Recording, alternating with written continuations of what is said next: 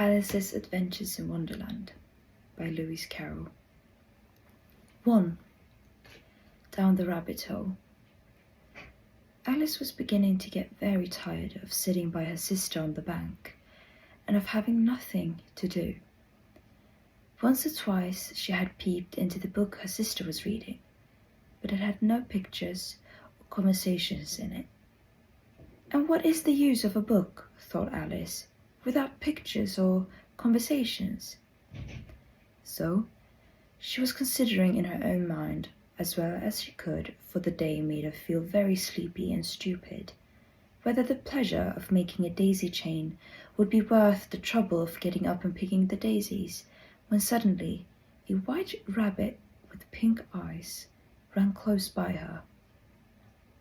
There was nothing so very remarkable in that, nor did Alice think it so very much out of the way to hear the rabbit say to itself, oh dear, I shall be too late." But when the rabbit actually took a watch out of its waistcoat pocket and looked at it and then hurried on, Alice started to her feet, for it flashed across her mind that she had never before seen a rabbit with either a waistcoat pocket or a watch to take out of it, and burning with curiosity, she ran across the field after it and was just in time to see it pop down a large rabbit hole under the hedge. In another moment, down went Alice after it. The rabbit hole went straight on like a tunnel for some way and then dipped suddenly down, so suddenly that Alice had not a moment to think about stopping herself before she found herself falling down what seemed to be a very deep well. Either the well was very deep or she fell very slowly, for she had plenty of time, as she went down, to look about her. First, she tried to make out what she was coming to, but it was too dark to see anything. Then she looked at the sides of the well and noticed that they were filled with cupboards and bookshelves. Here and there she saw maps and pictures hung upon pegs. She took down a jar from one of the shelves as she passed. It was labelled orange marmalade, but to her great disappointment it was empty. She did not like to drop the jar, so managed to put it into one of the cupboards as she fell past it. Down, down, down. Would the fall never come to an end? There was nothing else to do, so Alice began to talk to herself. Dinah'll miss me very much tonight, I should think. Dinah's the cat. I hope they'll remember her saucer of milk at tea time. Dinah, my dear, I wish you were down here with me. Alice felt that she was dozing off, when suddenly, thump, thump. Down she came upon a heap of sticks and dry leaves, and the fall was over. Alice was not a bit hurt, and she jumped up in a moment. She looked up, but it was all dark overhead. Before her was another long passage, and the white rabbit was still in sight, hurrying down it. There was not a moment to be lost.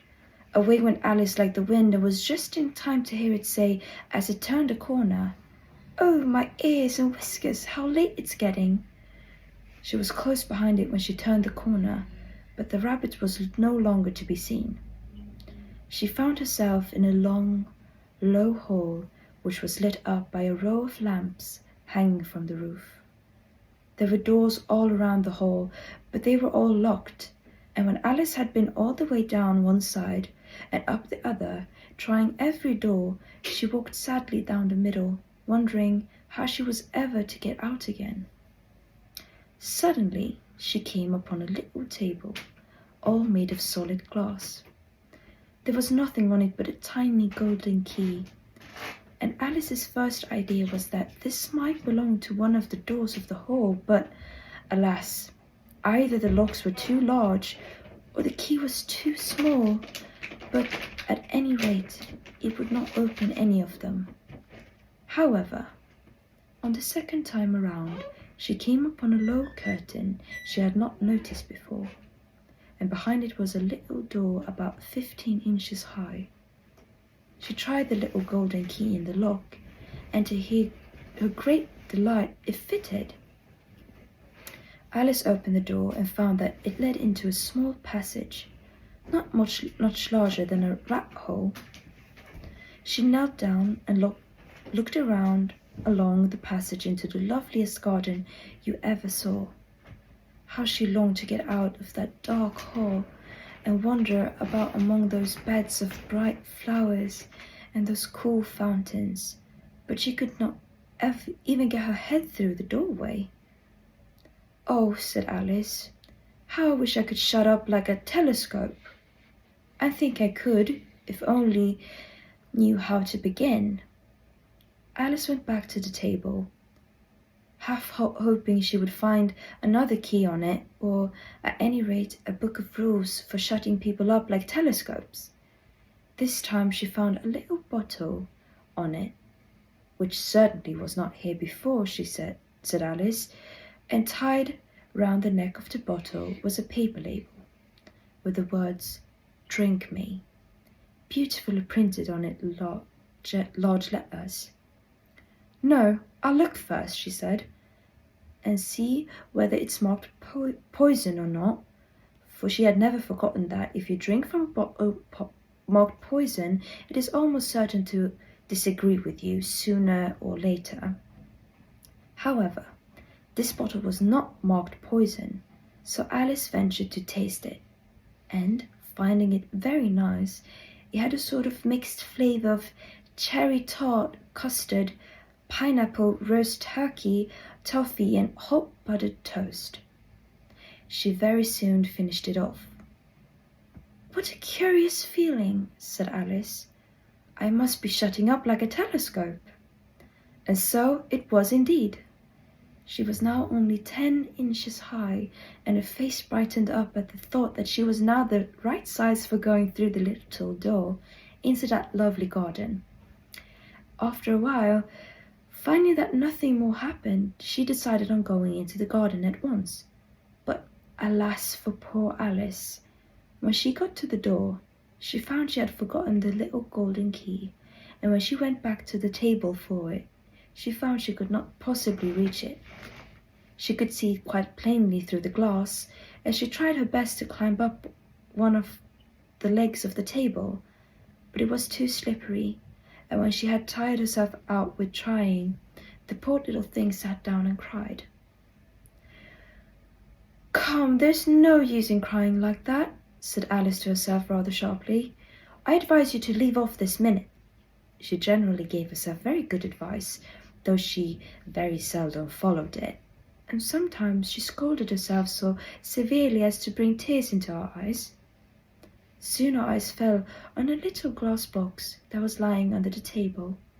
She opened it, found in a very small cake, on which the words "Eat me" were beautifully marked in currants. "Well, I'll eat it," said Alice, "and if it makes me grow larger, I can reach the key, and if it makes me grow smaller, I can creep under the door. So either way I'll get into the garden, and I don't care which happens." She ate a little bit and said anxiously to herself, "Which way? Which way?" Holding her hand on the top of her head to feel which way she was growing, and she was quite surprised to find that she remained the same size. So she set to work and very soon finished off the cake.